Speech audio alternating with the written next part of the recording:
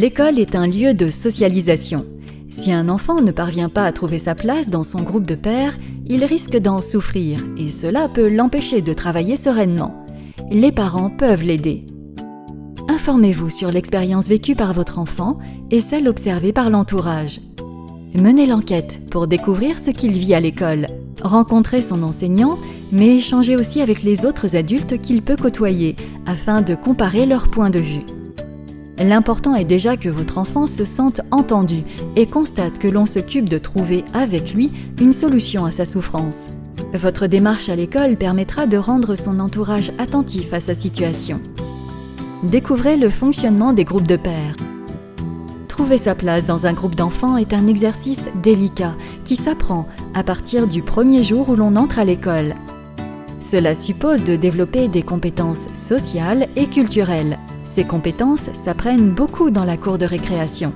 Les compétences sociales sont par exemple, à l'école maternelle, de savoir se faire une place dans un jeu en proposant ses services dans ce jeu pour y être accepté, puis être petit à petit force de proposition et finalement pouvoir revendiquer une place un peu plus valorisante quand on s'est rendu indispensable au jeu. Les compétences culturelles, c'est précisément maîtriser des techniques de jeu. Par exemple, savoir sauter à la corde, savoir courir vite, savoir inventer des histoires pour un jeu de rôle comme celui de papa et maman chez les plus jeunes. Il va falloir accompagner votre enfant ainsi que vous faire accompagner. Si votre enfant n'a pas d'amis, c'est peut-être qu'il est encore un peu maladroit dans sa gestion des relations humaines, mais ça peut être aussi qu'il y a dans sa classe des histoires de groupe qui ne facilitent pas l'insertion de votre enfant. Dans les deux cas, discutez avec lui de ces différents groupes, du caractère de tel ou tel enfant et de la manière dont s'y prendre pour avoir des amis. Ces échanges l'aideront à comprendre tout ce travail que fait chacun d'eux pour trouver sa place dans un groupe et ce que lui aussi doit développer comme compétence pour faire la sienne.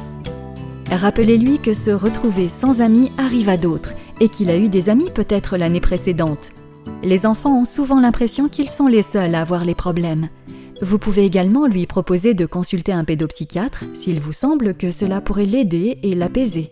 Enfin, envisagez de l'inscrire à un club où il se retrouverait avec d'autres enfants pour reprendre à zéro et l'accompagner dans un nouveau contexte.